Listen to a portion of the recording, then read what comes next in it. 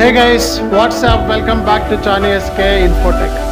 ఈ రోజు నేను ఒక ఇంపార్టెంట్ టాపిక్తో మీ ముందున్న. నా పేరు చానీ ఎస్కే. మీరు కనుక నా వీడియోస్ నచ్చినట్లయితే వెంటనే షేర్ చేయండి, సబ్స్క్రైబ్ చేయండి, అలాగే మరిన్ని వీడియోస్ కోసం చూస్తూనే ఉండండి. సో ఈరోజు టాపిక్లో నేను ఒక ఇంపార్టెంట్ విషయం మీతో షేర్ చేసుకుంటున్నాను. అండ్ టాపిక్ వచ్చేటప్పటికి మనకి ఓటీసీ ప్రాసెస్ అంటే ఆర్డర్ టు క్యాష్. సో దీనికి సంబంధించిన ఫ్రెష్ బ్యాచ్ అనేది మనకి రేపటి నుంచి స్టార్ట్ అవుతుంది.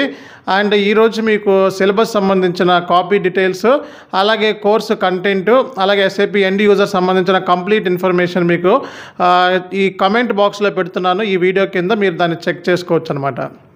సో బేసిక్గా మీరు చూసినట్లయితే ఓటీసీ ప్రాసెస్ అనేది ప్రతి కంపెనీకి కూడా కావాల్సిందే. సో ఓటీసీ అంటే ఆర్డర్ టు క్యాష్ అనమాట. సో ఆర్డర్ టు క్యాష్ అంటే ఒక కంపెనీ అన్న తర్వాత కస్టమర్కి ప్రోడక్ట్స్ని సేల్ చేస్తూ ఉంటుంది. సో దానికి సంబంధించి ఏంటంటే కంపెనీ అన్న తర్వాత కస్టమర్స్ ఉంటారు అండ్ ప్రోడక్ట్స్ని అమ్ముతూ ఉంటుంది. అండ్ ఈ ప్రోడక్ట్స్ని కస్టమర్ అనేవాళ్ళు అంటే కంపెనీ సేల్ చేస్తే కస్టమర్స్ కొంటూ ఉంటారు కదా. సో దానికి సంబంధించి మనకి రిసీవబుల్స్ అంటే దానికి సంబంధించి పేమెంట్స్ చేయాలన్నమాట. అది జనరల్గా క్యాష్లో చేస్తారు, కొన్నిసార్లు క్రెడిట్ బేస్లో చేస్తూ ఉంటారు. కాబట్టి మనకి వితిన్ 365 డేస్ లోపల కస్టమర్ మనకి పేమెంట్ చేస్తున్నాడంటే మనకి అకౌంట్స్ రిసీవబుల్ అంటాం. అది కరెంట్ అసెట్ కింద మనం బ్యాలెన్స్ షీట్లో చూపిస్తూ ఉంటాం. సో బేసిక్గా మరి ఈ ఓటీసీ ప్రాసెస్లో నెంబర్ ఆఫ్ జాబ్స్ ఉన్నాయన్నమాట. సో ఒకటి అకౌంట్స్ రిసీవబుల్ సంబంధించిన జాబ్స్ ఉన్నాయి, ఏఆర్ ప్రాసెస్ అంటారు. అలాగే AR calling. So AR calling మీద మనకి జాబ్స్ ఉంటాయి. ఎవరికైతే కమ్యూనికేషన్ స్కిల్స్ ఎక్సలెంట్గా ఉంటుందో వాళ్ళు ఏఆర్ కాలింగ్ జాబ్స్కి వెళ్ళొచ్చు. అలాగే డిస్ప్యూట్ మేనేజ్మెంట్ అంటే కస్టమర్కి సంబంధించిన పేమెంట్ సంబంధించి క్వరీస్ లాంటి మనకి డిస్ప్యూట్ మేనేజ్మెంట్ ఉంటుంది. అలాగే ఆర్డర్ మేనేజ్మెంట్. సో కస్టమర్ సంబంధించిన ఆర్డర్స్ని మనం రిసీవ్ చేసుకొని సేల్స్ ఆర్డర్ చేయటం, అలాగే గూడ్స్ ఇష్యూ చేయటం, అలాగే మనం చూసినట్లయితే కాంట్రాక్ట్ మేనేజ్మెంట్ అని, అలాగే ఇవన్నీ కూడా జాబ్స్ ఏంటి. సో కాంట్రాక్ట్ మేనేజ్మెంట్ అని, ఆర్డర్ మేనేజ్మెంట్ అని, అకౌంట్స్ రిసీవబుల్స్ అని, ఏఆర్ కాలర్ అని, అలాగే డిస్ప్యూట్ మేనేజ్మెంట్ అని, అలాగే మీకు రికన్సిలేషన్ అని. ఓకే, సో బ్యాంక్ రికన్సిలేషన్ సంబంధించినవి. సో అలాగే ఏఆర్ అకౌంట్స్ రిసీవబుల్స్ రికన్సిలేషన్స్ లేదా బ్యాలెన్స్ షీట్ రికన్సిలేషన్స్ అని. అలాగే ఇంకా మీరు చూసినట్లయితే సో ఇంటర్ కంపెనీ ట్రాన్సాక్షన్స్ మీద సో మనకి జాబ్స్ కూడా ఉంటాయి.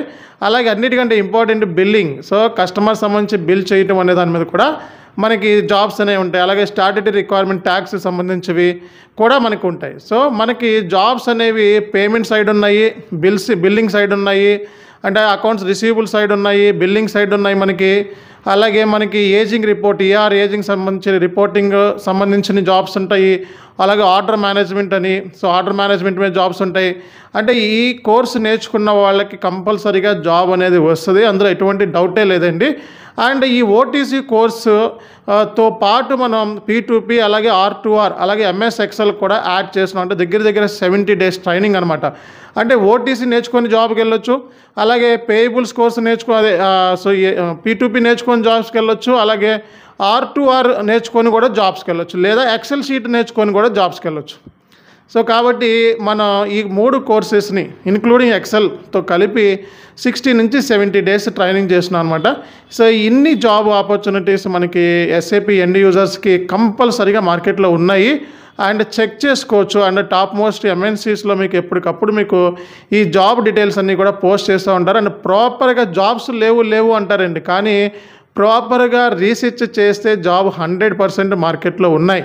సో అది మనం రీసెర్చ్ చేసే దాన్ని బట్టి అండ్ మన లైజన్ అంటే మన రిఫరెన్స్ని బట్టి, అలాగే మనం దాని మీద ఎంత టైంని స్పెండ్ చేసి ఎంత సబ్జెక్ట్ నేర్చుకున్నాం అన్న దాన్ని బట్టి జాబ్ వస్తుంది. అఫ్కోర్స్ నవే డేస్ కొంచెం మార్కెట్ అటు ఇటు ఉన్నా సరే సో మనకి ఎండ్ యూజర్ జాబ్స్ ఎప్పుడూ ఉంటాయి. ఎందుకంటే ఎండ్ యూజర్ అనేవాళ్ళు కంపల్సరీగా కావాల్సిందే. కాబట్టి మనకి సో నెంబర్ ఆఫ్ ఆపర్చునిటీస్ మనకి ఓటీసీలో ఉంటాయి, P2Pలో ఉంటాయి, R2Rలో ఉంటాయి. మనం ఫ్రెష్ బ్యాచ్ వచ్చేటప్పటికి రేపటి నుంచి మనం స్టార్ట్ చేస్తున్నాము. అంటే ఈ రోజే అనుకోండి, ఈ రోజు నుంచే మనకి స్టార్ట్ చేస్తున్నాం. ఈ వీడియోని నేను యూట్యూబ్లో కూడా అప్లోడ్ చేస్తాను. అండ్ మీరు సో జాయిన్ అవ్వాలి అనుకుంటే ఇమీడియట్గా సో కింద ఇవ్వబడిన వాట్సాప్ నెంబర్కి మీరు మెసేజ్ చేసినట్లయితే సో మీకు సో సిలబస్ కాపీతో పాటు మీ కంప్లీట్ డీటెయిల్స్ అనేవి మీకు ఇవ్వటం జరుగుతుంది. అలాగే మీరు కనుక మా వీడియోస్ని ఎప్పటిలాగే సబ్స్క్రైబ్ చేయండి, షేర్ చేయండి, అలాగే మరిన్ని వీడియోస్ కోసం చూస్తూనే ఉండండి. This is Chani SK signing of.